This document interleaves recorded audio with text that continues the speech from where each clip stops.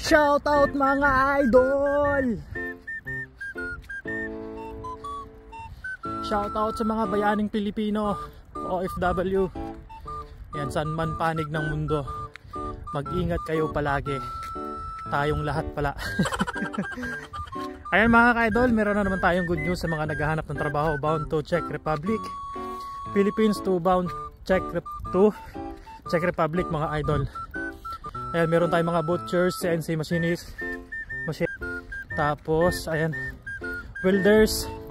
Sa mga naghahanap, ayan, tignan nyo lang dito sa screen at nasa comment section yung mga mechanics kung paano ba makapag-apply dito sa Jeremiah Consultancy Agency. Ayan, kontakin nyo lang to si Grace Galvez mga idol. Siya na yung magpapaliwanag, siya yung magpaprocess kung paano ba makarating dito sa Czech Republic. At syempre mga idol, alam niyo naman, syempre kailangan talagang gumastos. Sa panahon kasi ngayon wala naman talagang libre, diba? So wag na kayo magtaka pag halimbawa merong placement fee. Syempre merong placement fee kasi nga agency, diba? Kahit ako naman nung papunta ko dito, medyo malaki na gastos ko. Sacrifice talaga para lang makarating dito sa Europa. Stepping stone lang mga idol sa mga nagdanais at nangangarap talaga makarating dito sa bansang Europa, tulad dito sa bansang Czech Republic. Yan, kontakin nyo lang si Grace. Ayan, basahin nyo lang yung mga mechanics na nakalagay dito sa comment section, andito sa screen mga idol. Siya na magpapaliwanag kasi tayo always busy, hindi natin ma-replyan yung mga nag-PPM sa atin. Kasi tulad ngayon, pagkapapasok lang ako nakakagawa ng video, di ba? So yung view natin paulit-ulit na lang din kasi dito tayo dumadaan araw-araw.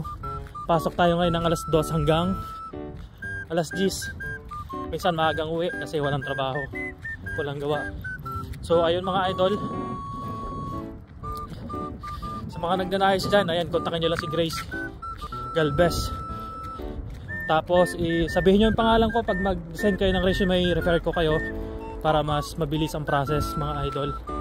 Ayan, sa mga paparating para mga bakers natin, ayun, Jeremiah Consultancy, March 12 yung flight nila papunta dito sa bansang Czech Republic. Ayan, ngayon pa lang, congrats na at welcome dito sa Czech Republic kasi paparating na sila dito. So meron tayong inaabangang pasalubong galing Pinas. Ayun nga yun, yung jacket na bigay sa atin ni Ma'am Grace. Ayan, salamat sa iyo Ma'am Grace Galvez. Ayan, more power pa, sana marami pa tayong matulungan at mapaalis ng mga kabayan nating mga Pilipino na nangangarap makarating dito sa bansang Europa. Ayan, ingat tayo palagi. Mas maganda pagkatawagan nyo na lang si Ma'am Grace, tapos mag-send kayo ng email. Lagi naman nakatutok yan sa monitoring niya. Yan, para legit, i-check nyo na lang itong account ni Grace Galvez. Ayan, para mas ma-legit kayo mga idol. At soon abangan natin yung mga paparating dito. Gagawin natin ng video yan para mas legit kasi yung mga ibang nagtatanong sa atin ng legitimacy, kung talagang legit nga ba. Ayan, patunay natin na sa March 12, ayan, paparating na mga first batch natin mga bakers bound to Czech Republic. Ayun mga idol, oh, napakaganda ng view. Grabe. Oh.